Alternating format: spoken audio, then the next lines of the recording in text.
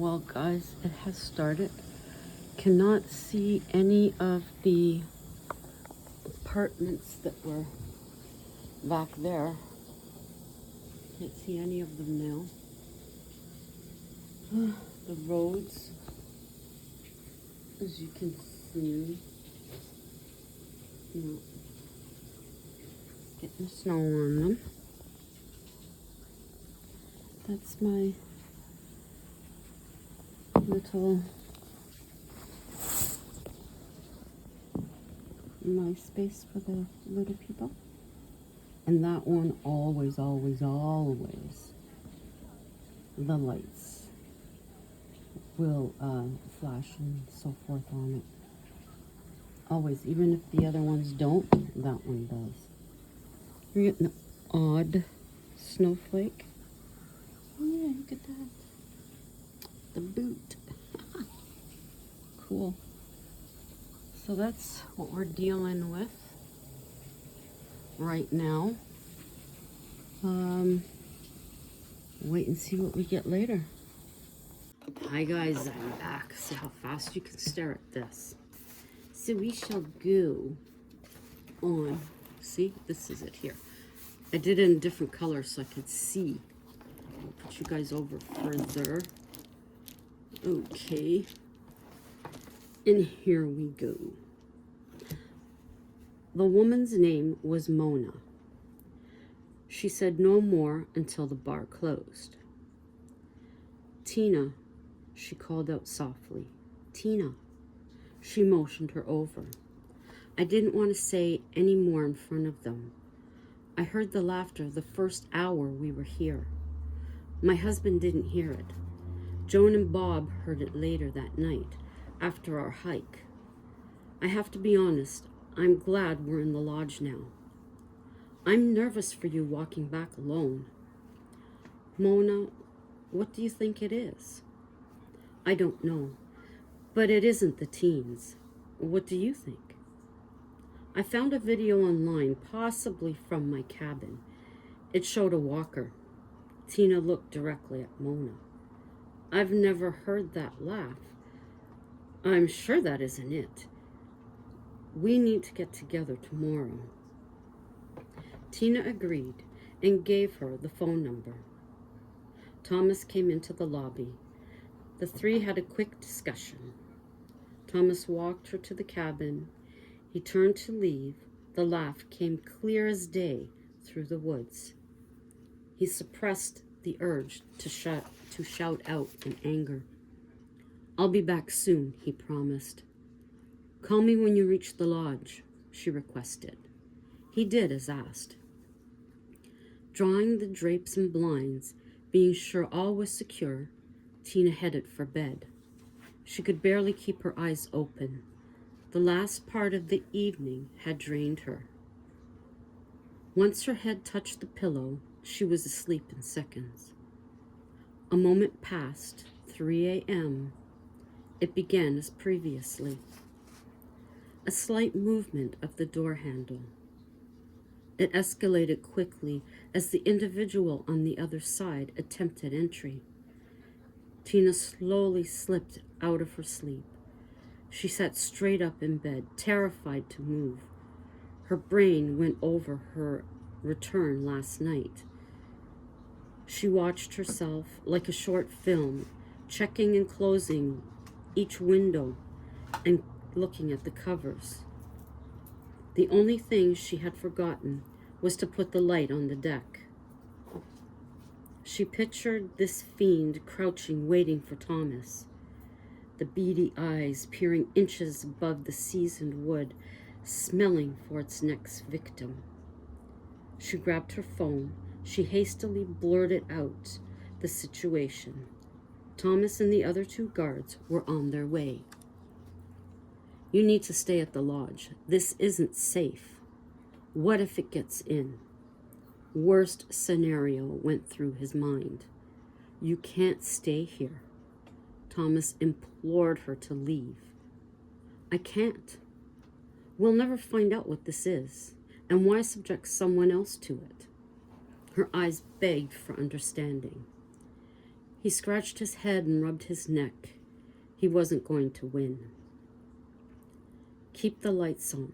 At least do this for me. Tina agreed with a smile. Thomas made sure to hear the lock before leaving. He shot a hateful glance toward the trees. From his mind, he sent a message. Leave her alone. A howl went up from deep within the woods, sending animals running for their lives. Tina had heard the howl. She hunkered down in her bed. A call from Thomas assured he was fine. The three men had wasted no time getting back to the lodge. Why won't she leave? One asked. She feels obligated to solve this mystery, Thomas replied. It's not her responsibility. She's a guest, the others said. I realize that, but she's the one who experienced it, Thomas told them. We all have, and these idiots won't do a damn thing, Joe, the first guard, said. Dennis and I think we seen it yesterday. Thomas's head whipped round. Why didn't you say something? We still aren't sure, he explained. Joe went on to relay their story. We were going to my car. We were talking about the lady in the cabin, Thomas interrupted. Tina, Joe continued. We've all heard the voice. We thought how crazy it was she still stayed at the cabin. We worried for her safety. That's when we seen it in the trees by the parking lot. What did it look like? Thomas was anxious. Dennis answered, we didn't get a clear look. Its face looked white. We didn't see the body. Thomas felt no further ahead. His heart sank, so close to an answer. Sorry, bud, Joe said, placing a hand on his co-worker's shoulder. You're already too close, aren't you? He smiled. Be careful, Dennis advised. The end of his shift wouldn't come fast enough. The howl was so loud and deep. The more he thought about it, this didn't sound like a walker. Mona was at the cabin around 8 o'clock. Tina had breakfast ready. Thomas had been in bed half an hour. She had sent him to bed the minute he got in. Tina told him they'd speak later. Full stomachs, the women had second thoughts about their plan. I left my husband a note, Mona told her. I'm guessing if I should. I mean, if your husband knows, I don't think I need to. In reality, she never planned to leave a note. They stood staring into the woods. We'll never be ready. We may as well go, Tina said as she looked over to Mona. Mona agreed with a nod. The first step was taken together, holding hands, moving forward. There was no turning back. Each kept a sharp eye on the opposite sides of the dirt path. Time moved on. The sun made its way across the clear sky. They were aware of their time in the woods. Last thing they needed was to be there when the sun went down. We best start back, Tina suggested. I'm surprised the guys haven't called, Mona said. They're likely out looking for us, Tina answered. They agreed they'd gone in further than either had hiked. They were 5 minutes into their way back. The crack of a branch echoed not far away. Both women stopped in their tracks. They listened for more. There was none. Could be anything. It could be an animal, Tina said. Yeah, Mona agreed, half-hearted. Further along the path, there were more breaking of branches. The women quickened their pace, where they would almost trip over their own feet. Tina stopped and pulled Mona's arm. Shh, listen. The sound of someone running came closer. What should they do?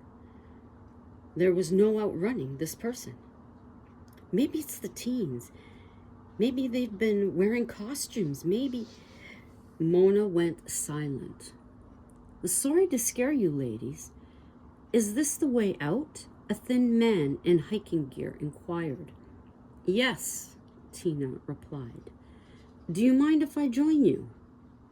What were they to say?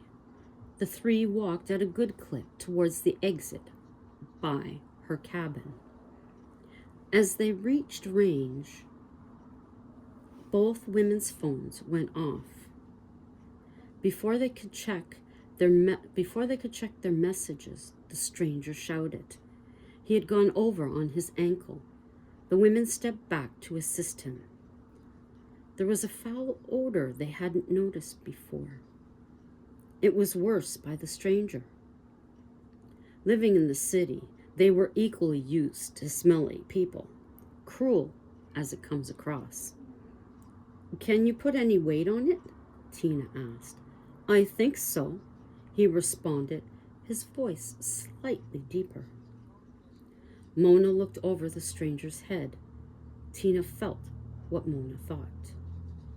How were they going to get away? It had been a mistake to go out. The odor became stronger. Tina took note of the change in the stranger's skin. It had become paler.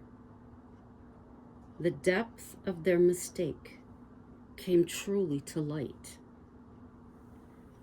Here you are, a familiar voice called out. It was Mona's husband, followed closely by Thomas. Both women ran towards the men, leaving the stranger to struggle to his feet. Tom pushed his wife back, stepped forward. Thomas did the same. Before they could reach this creature, he was on his feet and fled. The speed in which he moved was superhuman. The four stood stunned.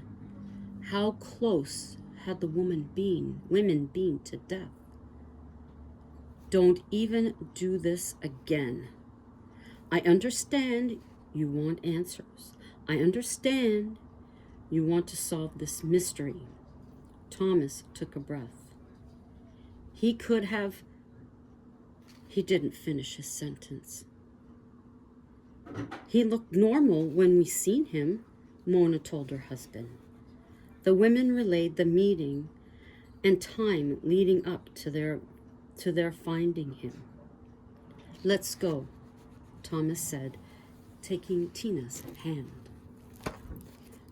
And that's where I left off at my break. So we'll both have to wait to see what happens tomorrow. Or I'm not going to promise tonight I'm all right, but tomorrow. So there you go. We're just going to have to wait. I know Midnight Soul 13 is going, not again. Yes, again. So until the next time, ciao for now and sleep tight.